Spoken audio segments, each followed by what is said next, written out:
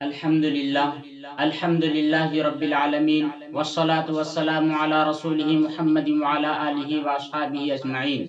أما بعد، قال الله تبارك وتعالى في القرآن الكريم: أعوذ بالله من الشيطان الرجيم، بسم الله الرحمن الرحيم.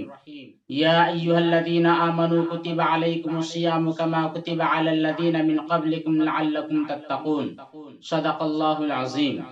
محترم بزرگان کرام، اللہ تبارک و تعالی نے اپنے فضل و کرم سے رمضان المبارک کے چاند کو طلوع فرمایا اور یہ مبارک مہینہ ہمیں عطا فرمایا.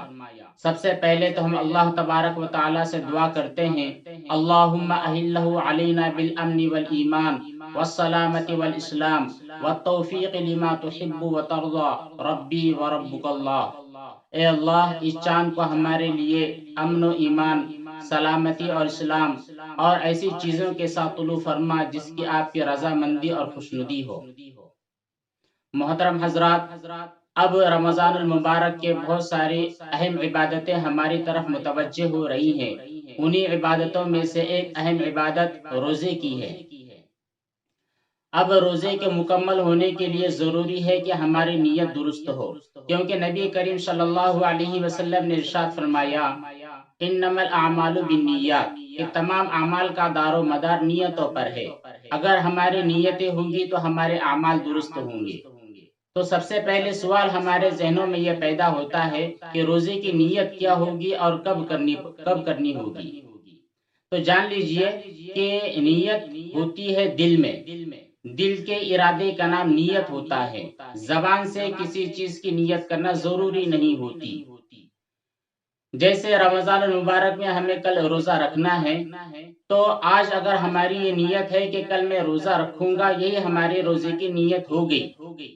یا اسی طرح ہم سحری کے لیے اٹھ گئے اور سحری کرنے لگے اور ہم نے سحری کر لی، تو یہ عملی طور پر روزے کی نیت ہو گئی. یا اسی طرح ہم نے آج بھی کچھ ارادہ نہیں کیا، سحری بھی نہیں کی، سحری کرنا بھی بھول گئے، صبح فجر کے وقت ہمیں یاد آیا ارے ہم نے تو سحری نہیں کی، اب کیا ہوگا. یا اسی طرح بسا اوقات اللہ معاف فرمائے فجر کی نماز ہماری چلی گئی، 9-10 بجے ہماری آنکھ کھلی، اس وقت ہمارے ذہنوں کے اندر یہ سوال پیدا ہوا کہ ہم نے سحری نہیں کی اور نہ ہی کل ہم نے روزے کی نیت کی تھی، تو اب کیا ہوگا. تو شرعی حکم اس میں یہ ہے کہ نصف نہار تک، یعنی آدھے دن سے پہلے اگر ہم نیت کر لیتے ہیں روزے کی، تو وہ روزہ ہمارا ہو جائے گا. اب یہ نیت کیا ہوگی؟ کارڈز کے اندر جو عربی الفاظ چھپے ہوتے ہیں، بہت سارے الفاظ ہوتے ہیں: نویت غدن، نویت ان اصوم غدن للہ تعالی من شہر رمضان، یا بصوم غدن.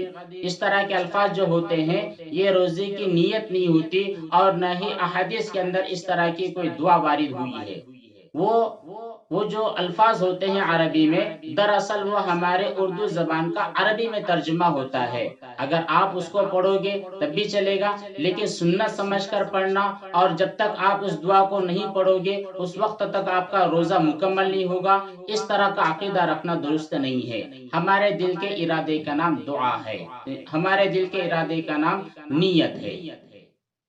اللہ تبارک تعالیٰ سے دعا فرمائے کہ رمضان المبارک کے مکمل روزے رکھنے کے ہم سب کو توفیق عطا فرمائے. وآخر دعوانا ان الحمد للہ رب العالمین، والسلام علیکم ورحمۃ اللہ وبرکاتہ.